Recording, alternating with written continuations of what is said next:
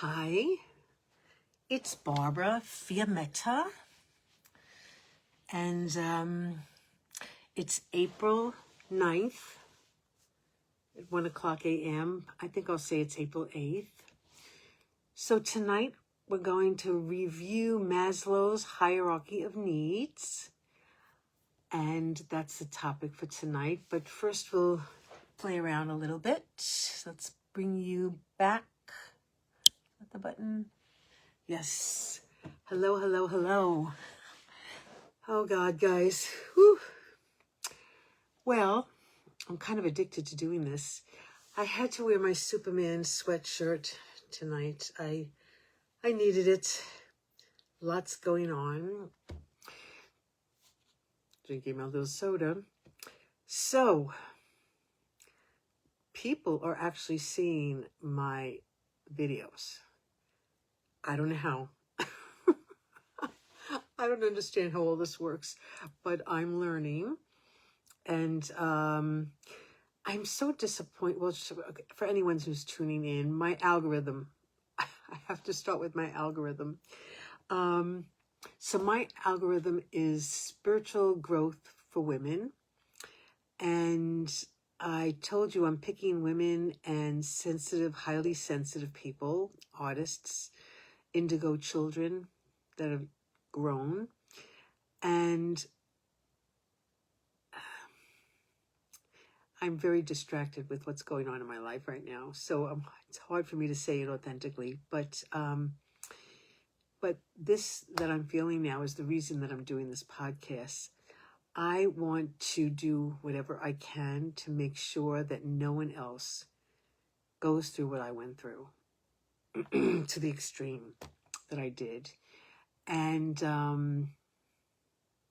so we'll be talking about the event, and I like to do the spiritual lesson, and be patient with me tonight. I'm all over the place, so maybe we should pray first. So my one message is that God is real, and that's why I'm sitting before you. I really should be dead. A certain group of people wanted me to be dead so they could, they were already siphoning my energy, my blessings, my energy, and wanted to pick up on my biggest blessing, which is yet to come. And so I'm going to pray first. So here we go. Can you see my candle? I never know if you can see my candle. It's in there.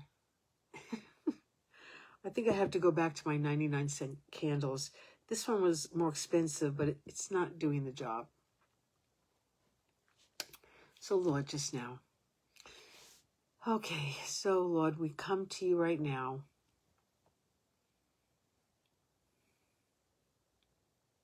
Humbled before you, before the altar of your Christ consciousness, the spiritual heart of God. And let's call in all your emissaries,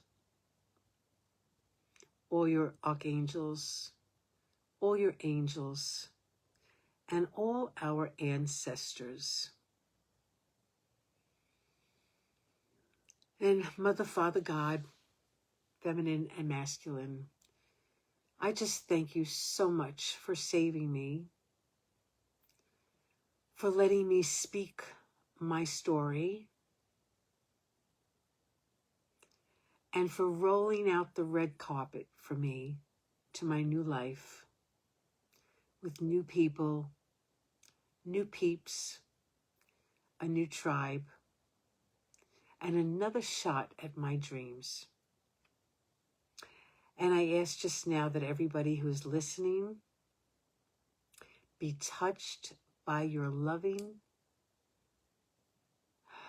by your power, by your intelligence and creativity. And maybe they'll join the Passion Project 2026, 2027, 2028. And Lord, I ask that you place a special blessing upon the people who have been doing right and doing good and have morals and ethics and are kind and caring and treat people kind and caringly.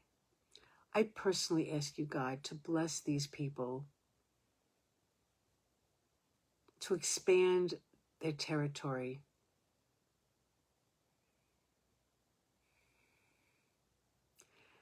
to fulfill their dreams, and to bring people to them that need their help. And I ask that you crown them with the glory of the Christ. And Lord, I ask on behalf of all of us that you give us the strength to release those who have not served us well. The antichrists. They're all over the planet that do the bidding of the negativity. We ask that we be loosed from them and severed from their energy fields, and that we move forward without them.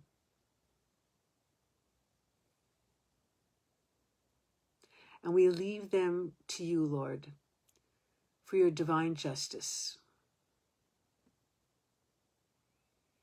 And we know that you know how to do that perfectly. And so we thank you, we thank you, we thank you. And we ask you to purify our hearts even more, to bring us good people, good circumstances, health, and wealth in the form of lots of money. And just riches, your spiritual riches and the kingdom of God. And so it is. Amen. Amen. Amen. So I needed that.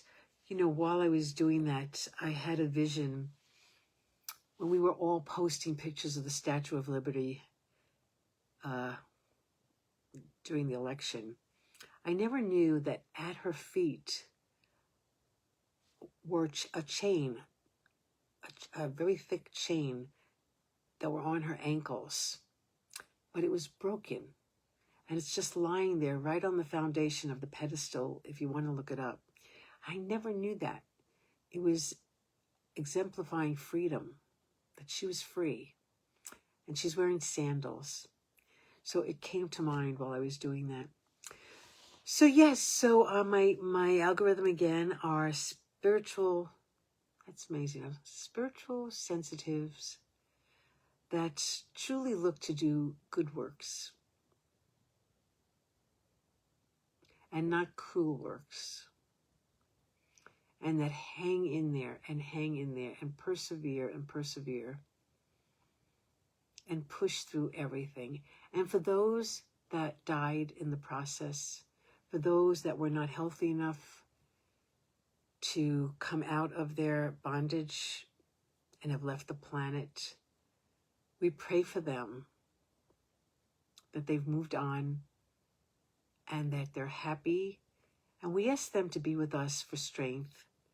And we hope that we will redeem them as well as we redeem ourselves. So I am dealing with the throat chakra, my voice, this room, and also speaking the truth. And this is going to be a slow one tonight, guys. So I have my Superman shirt on because I needed some strength and strength in the world. And this was supposed to be a consecutive podcast where there was lesson 1, lesson 2, lesson 3. However, I lost my first few. I didn't download them in time. And they were the best ones. I looked better. I was freer. I had a better situation temporarily to stay at someone's house and house sit. I mean, for me, it's all the difference in the world. A bed that's firm. I can eat. I can drink water. I can take care of myself, which I can't do here. It makes such a difference. And I lost those. So I'm going to have to go back and review them. So I know now that people are just going to come in and not understand what I'm doing. So, and I'm too lazy right now to go through the whole thing. I just kind of wanted to share. Well, okay, so my first thing that I was talking about was to make God. Let me do this. So to make God number one. And I am an example of someone who was pulled out from the devil, saved to be able to speak before you and call out my Judases in a very meticulous manner, which is coming soon. I also started my book. There's way too many, 37 years full of facts that are actually coming back now of that was going on a much longer time than I realized. So it's abuse. It was abuse. It was worse than abuse. So that was number one. I posed, and then I posed baby steps and whatever projects or dreams that we have to go slow and take baby steps to earn each step so that you can have the next one and hold the energy for that. And I forgot what the third one was, to actually warn you, which is my main focus, is to warn you on how to, not focus, how to, I'm going to be stuttering here, guys, how to locate, not locate even, how to recognize these people who are out to, and I did write that down, they manifest their own things, dreams, whatever, with your energy. Who knew? You know, and they siphon your energy. They will, what's called harvest your energy is the term.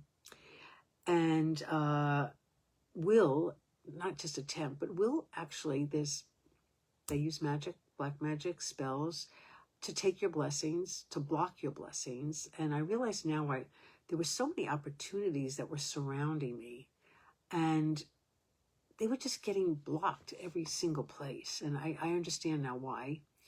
All that gossip and smear campaign, people just shut down to me. So there was a fourth thing. What was it, guys? What was it? Well, I put 0. 0 was, what was 0? Gratitude. No matter what it is, the smallest thing, to be grateful. Yes, my room is poison, but I'm out of the cold. It's kind of like the lesser of two evils, and I could do this podcast, and I am exhausted because I stay out all day, and I come back at night. I fall asleep in my transportation. So when I don't sleep right, it's all over my face. And so that's it with that. 1, 2, 3, 4. So, well, I had a bit of an ugly cry before I did this podcast, and I have my tissues for tears, the ugly tears, the happy tears, and the, what's the ugly cry? The ugly cry. And I put that right here. So those are my 2 supplies if you're joining the Passion Project. And I am so upset.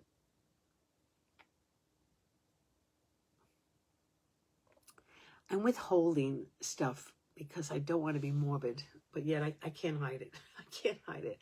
I am going to take one podcast, and I'm going to list from head to toe what has happened to my body, and what it looked like before I moved on to the slum property of this church where they did me in. I happened to have, let me tell you. Okay, so I posted a video of me singing at a party, and it was about a few months after I moved on to the property. So I still had my essence with me. I was thinner. I was starting to put on weight because I didn't have the refrigerator and stove I told you about. I couldn't even cook in my own apartment. So, when I starve, I gain weight, which is kind of like third world country, little children. When you starve the body of food, it is afraid you're not going to feed it. So it stores the fat. So that's kind of what I've been doing for a long time. But if you look at the video, you will not see these cheeks falling down. You'll see beautiful skin. I still was just learning to sing. My friends were there cheering me on. I had my 2 musician friends, and I forgot I had that video. That video next to me here, and also even before this, right, I have another picture with Vice President Harris that visited us at the PCH fire shelters, which I was in. And I have a picture with her. And I wanted to meet her so badly. And I remember thinking, if I go up to her, I'm going to be on camera. I mean, everybody was shooting pictures. And I just had to overcome that. I said, I don't care. I really want to meet her. And so you'll see my hair is all matted. I mean, just homeless. And I was crying with her because I just kept telling her, I'm so sorry, that she didn't win. But when I look at the picture, it's like she was really ministering to me. She saw I was a wreck. She was telling me to hang in there. We're gonna win this no matter what. And I think it was just this moment with the 2 of us, of 2 women blessing each other. And I'll have to upload that picture for you. So anyway, so if you look at the video, it's really sweet. It was so fun, and I haven't had that in 15 years. When I ran away to hide, didn't know what was happening with the negative energy coming at me, I just isolated. I pulled away. I ended up disabled. I was with the homeless. I was just disabled. I was disabled, and then the elderly, and I just lost myself. So we'll talk about that some more. What I really, those of you who've been following me a little bit, is if you could pray for me. Like I said, I won't go from the head to toe. And it's so funny. After I was crying, I'm in the bathroom. I don't wear my hair fluffed out like this. This is not everyday hairdo. This is hair for the stage. I do this deliberately because I have to look at myself when I talk to you. And I'm trying to distract myself from my eyes. There's something wrong with my eyes. I can see it when I look at you. It's like something is like literally wrong with this eyeball. And this is not my face. This is stress. This is allergies to this junk. This is not eating all those years. This is being homeless. It's all here. And, I've gained a lot of weight. And I do want to say, in this year, I did lose 50. I will, at the end of April, I'm close to 50 pounds that I've lost. And the only thing about losing that much weight is my breasts are down to my knees. They were already low. But when you lose fat, they're going, and the stomach. And you can't really exercise fat off, and you have to snip it off. So what I'm upset about, so I'm distracted. I'm doing this with my hair because I'm distracting myself from looking at my face, because I've been looking at my podcasts, and it just hurts me to see this. It hurts me. And then I get enraged with these people. They made conscious choices to throw me under the bus. And I'm trusting divine justice. I am trusting divine justice. And, I did lose, believe it or not, for those of you who can't imagine looking at this, I've lost 90% of my hair with the stress. So I know it doesn't look it to you. But back here, it's just, I'm pulling it all up front. So that's another thing with stress is I had 90% more hair than this. So today and yesterday,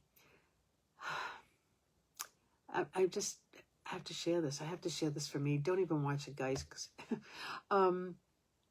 So I went to the dentist yesterday. Now, the first thing, if you go downtown to San Pedro Street, where all the homeless are, I was talking to a friend of mine about this who was also homeless. He's getting bone grafts galore on his gums. And, dental work is so expensive.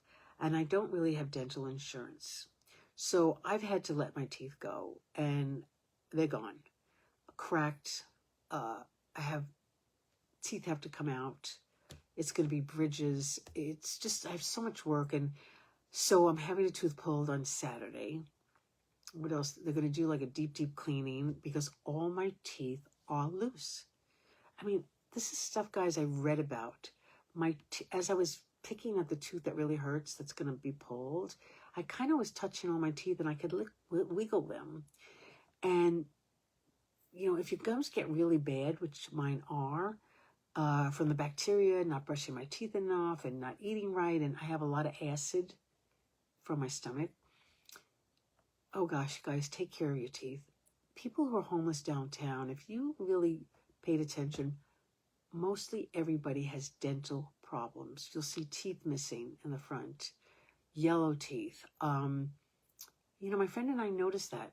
It's like that's what happens. Dental work is like the last thing today for so many of us because it is so expensive.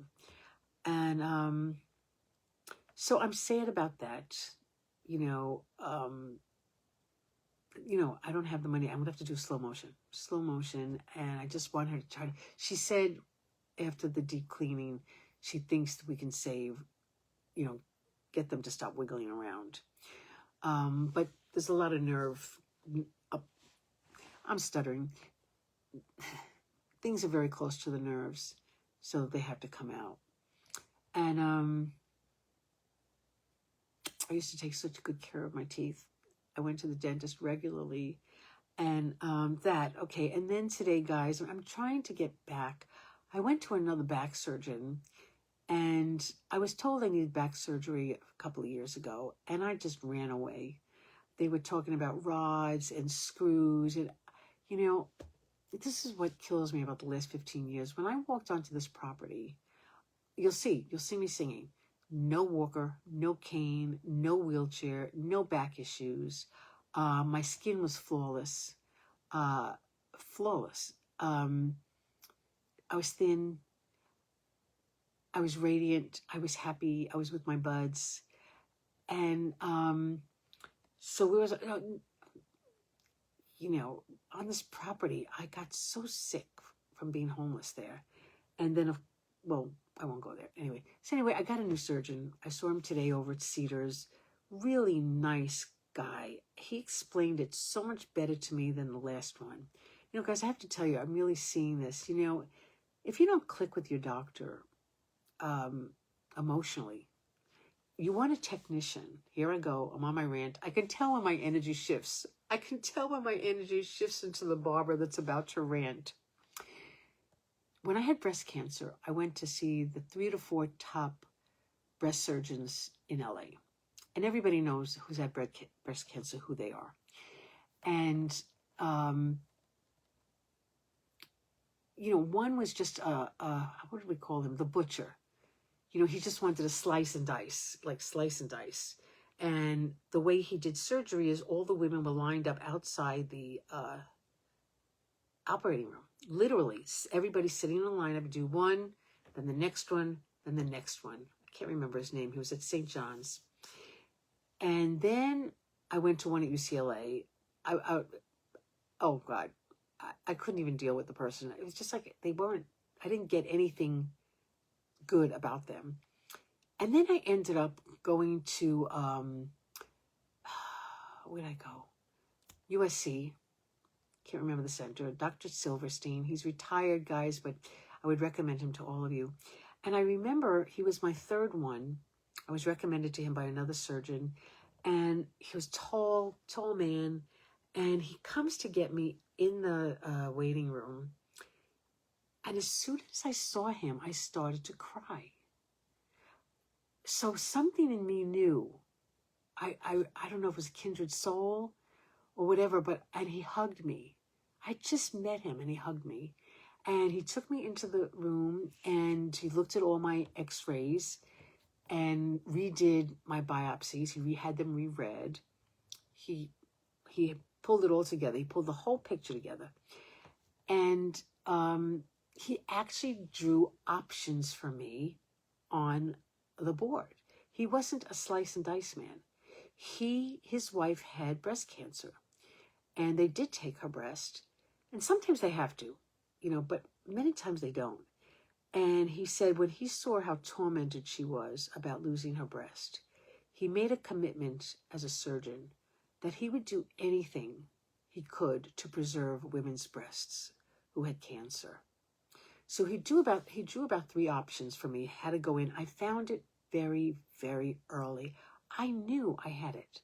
I knew, and I caught it tiny, and it was in the milk duct, which is called in situ, in the site, INSITU.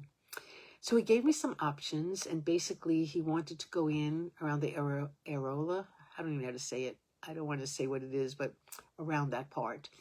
He was going to go in, get it out, get some clean margins.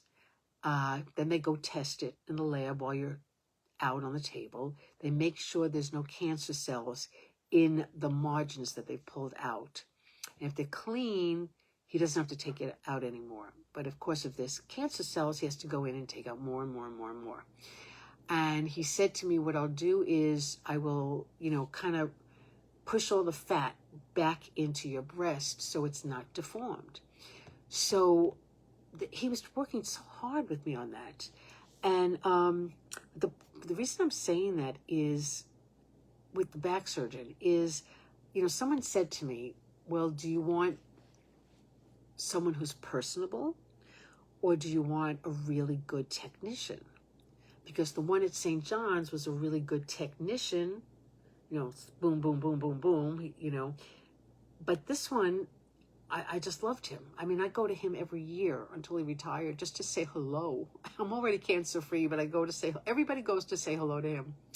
And, but he did both. He had the technical too. But at the time I was choosing, and someone did pose to me, do you want someone technical or someone, that has better bedside manner? Well, Dr. Silverstein had both. And so I lucked out. He did mush me together. I was just slightly smaller than the other one. And ladies who've had breast cancer, it's a journey in itself. I lucked out, but I didn't know I was going to luck out. You don't know. And I went to support groups. I went to meditation groups. It's a whole network. And I'm just remembering one of the groups I went to. I had to stop because there were a couple of women that, every week they came in where it spread somewhere else. And the next week it spread somewhere else. And I was really thinking, I'm filling my mind with all this. And I really was okay. And eventually I did pull out. And, there were women in there who had children. So they weren't as concerned about losing their breast. They wanted to be there for their children. It was really amazing how everybody had a different attitude. I was single. I didn't plan on having children. So I'm looking at it from a viewpoint of a single woman who at the time, I wasn't looking for a relationship at the time, but I knew eventually I would want one. So as a single woman, I was kind of looking at the vanity of it. So some are looking at the vanity, some are looking at that they want to be alive for their children, and some it's spreading like wildfire and they die. And I'm convinced there's a cure, guys. I just know there is, and it's just being hidden. So I'm just telling you, do you want someone technical or someone who has good bedside manner? Bringing back myself to the subject is I went to another surgeon today, and I said, isn't there something I can do? It's gotten worse here because I don't have a good bed. I sleep on the floor. I sleep in the hall. I sleep in the basement. And you're homeless. You sleep in, even when I had a car, I tried to squeeze a 5'5" woman in the back seat of a Toyota, a little, what is it? Corolla, Toyota Corolla. Of course I didn't sleep. I'm like all like this. So I've ruined my back just from not having a home base. And here it's gotten much worse. So he can't even see the light of day in my lower spine. The canal has to be like, the spinal canal has to be white where the fluid is. Well, just when you get to my L4, L5, it totally is, like you can't see any light. And he was so careful. He showed it to me. So I really understood what was going on as opposed to the last surgeon I went to. And I did. I've been trying to avoid surgery, guys. I'm so angry at these people at the church. I was going to take into my older days dancing. I love to dance. I'm a Jane Fonda workout girl. I'm a Bikram's yoga girl. I don't think I'm going to ever do these things again. And so it enrages me that these people took my legs, they took my life, they took my body, and it's going to take so long for me to put it back together. And so anyway, he said this, and I could see he's right. We need to, this is what the conclusion is. 2 rods on either side of my lower back, 6 screws to keep those rods in place. Now, I knew that part from the last surgeon, but the damage here, I now have 2 vertebrae, which are like those sponges, are already collapsing. So he has to put 2 new kind of sponges in there. Those have screws. So this is getting worse and worse. So, but because I understood it this time and he took his time with me, it was a whole different energy. I felt more confident about him. And the healing process, it's 3 to 6 months. You can't really do much. And then you don't even know whether or not it actually worked in terms of nerves returning until you heal. And so, the likelihood is once the nerves are damaged, they're damaged. That's it. The hope is to preserve the others from further dying. And hoping that the numbness in my feet, heal. I don't know. So, and he sent me to a hip doctor, which I'll go to next week, to really figure out the whole picture. Because I also had a botched up hip surgery. I fell on this property with all the shit they had all over the grounds. And had to have hip surgery. And so my legs are like this. So it's just, you see why I don't talk about this. So I'm going to start the dental care. I'm going to take all the tests he's asked for. Short of a real miracle, guys, I need the back surgery. So then I come back here. I won't even tell you what happened. I'm seeing the incident. So that's number 1. Number 2 is, I'm going to call these people out too. I'm in an assisted living. Medicare helps pay for this. I'm in a special program. These people have not given me a habitable room. Oh, by the way, if you'll see, I posted the carpet that they gave me. The stains, which smelled like urine and fecal matter when I got here. It was vomit every night at 3 o'clock in the morning. And you'll see, I did a video of it. It's listed under another category. And then when I first moved in and I saw they weren't going to change my room, a friend and I vacuumed it just once. And the vacuum cleaner that you see, that is just one vacuum, one roll around the room. That's how much dirt and dust was in this carpet. And I was breathing all this. That just wouldn't change my room. So they've billed Medicare so far. I don't know why they're not worried about it, because I am going to report it.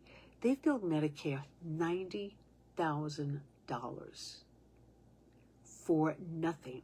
A filthy room.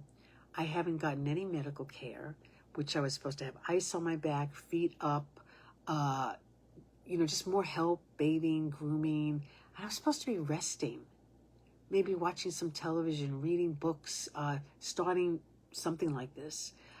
All I do is leave at 7 or 8 in the morning and come back, like 12. So I'm not sleeping. And I don't eat their food. I just take pictures of it and throw it in the garbage. And so I stopped paying my portion of the rent, which is my whole Social Security check, because I needed money. And I said, you know what, evict me. Not that I know where I'm going, but so I think it's a process. They gave me a notice. It was a defective notice, meaning I could go to the judge and say, look, this wasn't a proper notice. Can you dismiss the case? But usually they don't, and they know it. So I should be served when they can find me. So $90,000 they've gotten from Medicare for nothing. This is what these people do. If I called Medicare and I said, if you would just help give me $1,000 a month for 3 years, that would help me get a normal apartment. I figure rents in LA, the minimum, a studio is $18,000 to $2,000 and up. But I'm sure for $2,000 I could find something. So 2,000 times 12 is 2,000 times 12 is $12,000. I said to them, if you would just give me $1,000 a month instead of these people getting $5,500 a month plus my Social Security, I said I could live on my own. I know the state gives some help, and of course, they're not structured to do that. They'd rather give them $5,500 than me $1,000 for just 3 years. I said, if you just give me 3 years, I know I can turn my life around, and then just be free of being attached to this matrix. And so of course they couldn't. So I am going to report them to the state for fraud, financial fraud, fiduciary fraud, for taking monies without services. And I wrote them a letter about it. They don't seem to care. It's a big corporation. And like I said, getting an attorney for me is almost impossible, pro bono.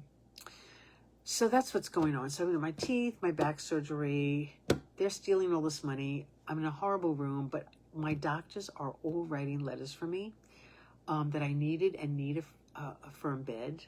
I got this bed that goes down like this, that I need to be in a clean room, which I said I didn't want a carpet.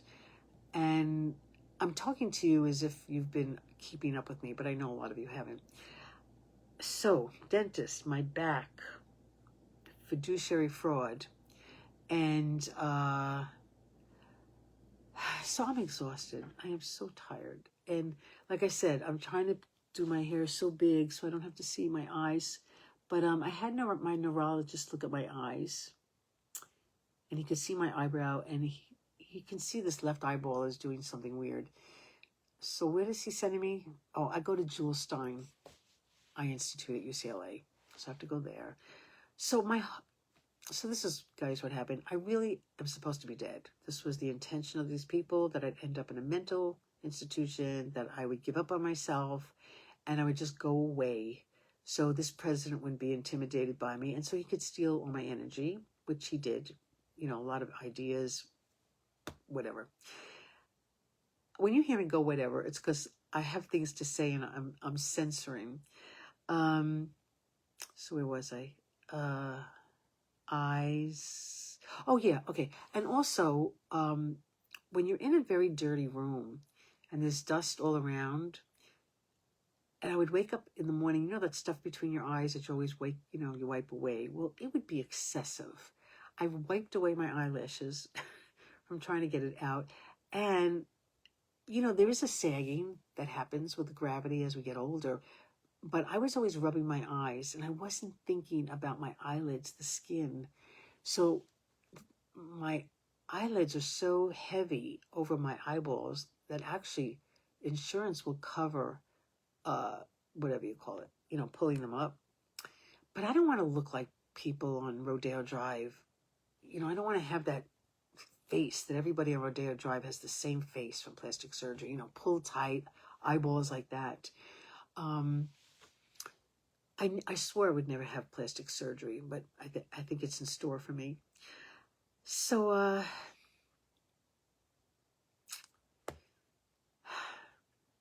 so I already did the ugly cry.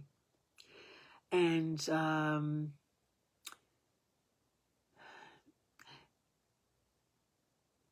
people are seeing my podcast, and I am getting some calls. What I thought was not seen by people was seen by people. This is just a few. And I'm dreaming every night vividly about someone in the church and some friends. Every night I have a vivid dream about someone. The night before night it was a couple. Last night it was someone that I had reached out to help with housing because he's in real estate. And he's a little too close to the church. Let's just put it that way. So what I've been thinking about, guys, is my number one lesson out of this that I want to share with people is God is the number one before relationships, before family, before kids. You know, and I repeat the same thing over and over. The mind, everybody has a mind. Everybody has a set of emotions. And unless someone's really extremely healed and whole, the chances are of a lot of projection of wounds onto you. It's just not good. If you don't have two whole people together, this one and together,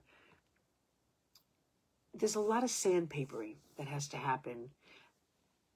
And the more wounded two people are when they come together, forget it. They have no chance. Even with the best tools, it would be hard. So, and that's another thing we'll talk about sometime, is healing oneself before you get into a relationship.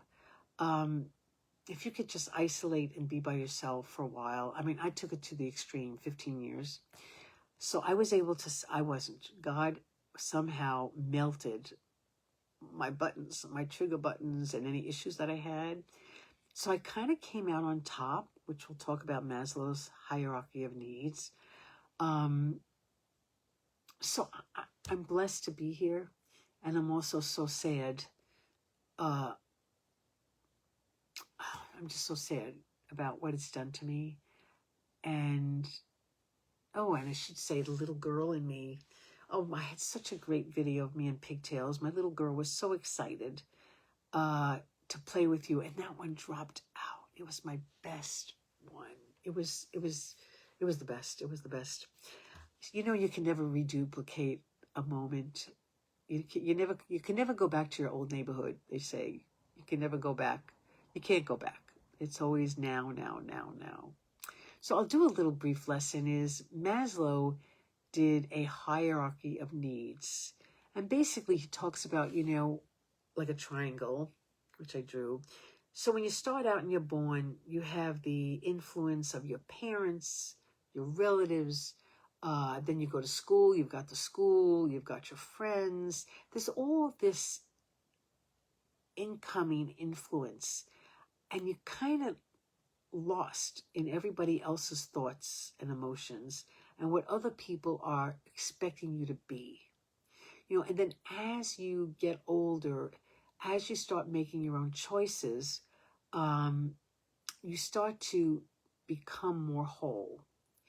And you keep going, and if you do your work, you keep going, and you're coming up, and the ultimate is to get to the top of the triangle. The term would be triangle, where you are what's called self-actualized, where you no longer are at the effect of other people's consciousnesses and caring what people think. I'm not saying this right tonight. When you get to the top, there's only room for one at the top of a triangle. So basically, you have to get to that place where you're standing alone. It's you and God. And then right below that would be two people. kind of like a bowling. When you bowl, you have all the pins. Get to the next level, it's 3 people. So, I mean, I think everybody's goal would be to be with a partner, which would be 2, but both people have to have their own triangles. Both people have to be standing at the top of their triangle. So, of course, the ideal is to have 2 actualized people who are both looking in the same direction, have similar dreams, or at least similar purposes. So it's not so much that 2 people look at each other. It's more that 2 people look out into the universe, into creation, into God, with the same motivation, same agenda, same purposes. They don't have to be identical, but at least they're both looking in the same direction. So it's almost like they're connected to support each other, to celebrate each other, to do some sandpapering. No one's perfect, but that they're looking in the same direction. And if you have one partner looking here, like when I was married, when my husband started to go to law school, we were both looking in the same direction. He was going to be a history professor. I was going to be a teacher and then principal. Like I saw myself going up teaching in college. But when he went to law school, he pivoted and he got into the ego, he got into the money. And I was still very much a humanitarian. And it was very obvious that we were no longer going in the same direction. It had to go. And it was good that it did. So I'm older now and I know more now. And, if I'm not going in the same direction with someone, I've learned too much. We're either both going to build our empire and support each other, or why bother? When you get to the point where you can stand alone, you really don't need that kind of relationship. You don't need to be married even. Another whole topic. So the goal is to get to the top. So I'll just hang in here, but I'll just show it to you. Where am I? I'll put it there. So if you look at the top, I'm not going to get up tonight. So if you look at the triangle, you'll see on the bottom, what did I write? Oh gosh, I can't even see it. Okay, yeah, your city, your neighborhood, your parents are all influencing you at the bottom. But if you look at the top, you'll see there's 2 people kind of looking at each other. But then at the top, it's just me. So you want to do your work, your inner work, where you're at the top, where at least you know how to stand alone, you know how to have self-sovereignty over your inner kingdom, and you are being productive in the outer world as well. So Maslow describes each of those lessons, what the needs are. And of course, the bottom is where I fell when I was homeless. I've been in survival mode for so long. Let me just pull it back. Okay, so you got the picture of the triangle. When you're in survival mode, not only is your nervous system a wreck, which I'm just now trying to figure out what to do with that, but I'm worried about food. Where am I sleeping? Letting go of my teeth, having to let go of my looks. My hair's in a ponytail. Who makeup? What hair? What? Who has time for that? So, and I'm still in survival mode, more than I'm even telling you. But yet somehow I have this part that's in survival mode, but with God's help, I really have catapulted to a transcendent space. And I've told you guys this. The humiliation, the smear campaign, the judgments, the violations, the betrayals. I'm so over it. And the only thing that hurts, that remains, is I have to look in the mirror every day. And I haven't looked in the mirror for years. It's not until I did this podcast that I have been looking in the mirror. When I look at the phone, I see just me. it just breaks my heart because I took care of myself. I ate right. I exercised. I kept good skin. I kept my teeth good. And to lose it all because of one motherfucker who was so controlling and manipulative and deceitful and demonic. Demonic is my new word, because I'm getting some information from pretty psychic people who have been coming forward to help me, who know just what this person was like. So I'm getting a lot of validation that I'm not alone. You know, I thought other people see this in him and have seen it for years. And I'm just finding that now. I'm finding out that now. So, so it just breaks my heart that I'm not going to dance again. I'm not going to be able to do my swing dancing and be twirled all over the floor, which is what I did. And tap dancing, I won't be able to tap dance.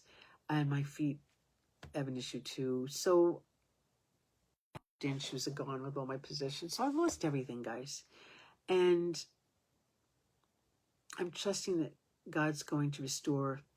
I don't want anything near what I had. I had a lot, accumulated a lot, but I miss my music. I miss my books. I miss my microphone, my little baby blanket, my Barbie doll, my Ken doll. I have my 45s.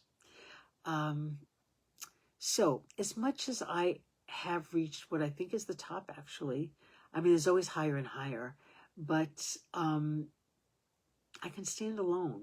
I always did stand alone. I was always advocating for myself, always advocating for me or someone else.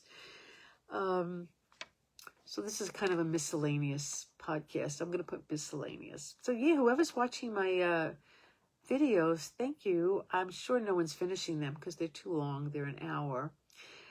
And, oh God, I dread going to sleep here. I'm in a corner right now, you know, but when I get into the middle of the room, it's awful. So, so if they evict me, it'll take at least April, May. It could possibly be stretched out to June. I am definitely going to do a trial. I already told them already. I am not settling. And I said to them in my letter, I hope you have, I hope you're going to be able to explain to the judge, 12 jurors, and 3 alternates why you gave me this room. I mean, I have the videotape, I have the pictures. Now I've got the vacuum cleaner dust. And I said I'm looking forward to see how you're going to explain that to a jury. I told them I'm not going to settle. Tell your attorney I'm not settling. I don't care, and I'm going to take it to trial. And I eventually am going to upload the stuff onto the internet. You know, I would like it to go viral. These nursing facilities are so abusive to the patients. And they steal so much money. I have someone down the hall. He's paying $18,000 out of his pocket. The rooms are $3,000. How they're getting $18,000 out of him? This is what they do. If you come in without family, I've told you this, guys, and he's alone, I'm alone. If you don't come in with a son or a daughter that they know is watching over, they will take advantage of the rent, and they also will not treat you well. But if they know you have someone, I'm a little confused here. If you come in with a daughter or son, you're good. But if you come in alone and single like me, forget it. They won't pay attention to you. They'll bully you, whatever. I had a Lyft driver. His mother was in one of these, and he gave me my walker from the trunk. He says, well, I'll be your son. Take my number. He says, I'll come over and visit you. So I haven't taken him up on it, but, and his daughter would help me with my technology. So I have to call him, which I haven't. So I'm so sorry. I'm just exhausted emotionally and mentally, and I just need rest. This is not issues. This is just rest, needed rest. I've been silent long enough. It's just about resting in a clean place, a cute little clean place. So anyway, I will sign off, and I will say scattered and miscellaneous on the podcast. And I still have more to post. I did lose a few, but there's more I have to put up. So guys, I had a little baby boomer toy I've been wanting to do, and I'm getting not now. So anyway, so just remember Maslow's hierarchy of needs, that your goal is to heal yourself, do the inner work, call on God to pull you right up to the top. And I said I hate preaching, but you know, the essence behind what I'm doing is, you know what came to me? This is so, well, to make God your Lord and Savior. I know that people talk about Jesus Christ as your Lord and Savior, but I do honor Jesus as with Christ as an elder brother for me and a teacher, but I was forced to go to the boss, the main man. And some people believe you can't go straight to God. And I'm glad I didn't buy that. So those of you who are hesitating to have a relationship with Spirit and God because you think it has to be through Jesus Christ, I have found that not to be accurate. If you just call out God's name, he will come. You know, and later down the line, he may say, hey, Jesus Christ has something to teach you. Buddha has something to teach you. Archangel Michael has something to teach you. I used to read the Quran too. I've read every religious book. Oh my God. So anyway, God first, you second, a mate third. You know, I wonder which come first. Your kids, if they're married. I wonder. Okay. So good night, everybody. God bless you. I will post this, and I will post it. It's just so hard to get on like this. And I'm even praying for my hair to grow back. I don't know if that's going to happen. So I've got a lot of work ahead of me. And I did my passion project for me. I figure maybe I'm, having magical thinking to think that I could heal in 3 years. By the time this presidency is over, I want to be in a whole different place and ready to fly again.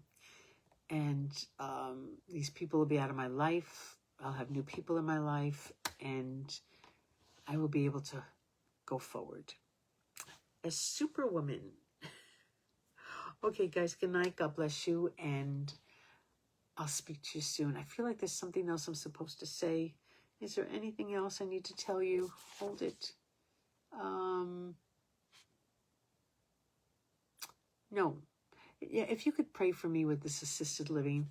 You know, this is my third one. I would like this to go viral. One assisted living, one nursing home, sufficiently thrown under the rug, deservingly so, would warn everybody else to stop the abuse, all the elder abuse. And I know I can't do it myself. I would need an attorney, unless I really could get this to go viral. So yeah, this next 3 years, I'm going to be calling out everyone and everything that attempted to do me in, who thought that I was either weak or too strong, underqualified, overqualified, too fat, too thin, the whole thing that women go through. It's like no matter what, it just doesn't work. It's like, and this is the feminine energy is coming forward. We're definitely coming out there. Okay, God bless you. Good night. Bye.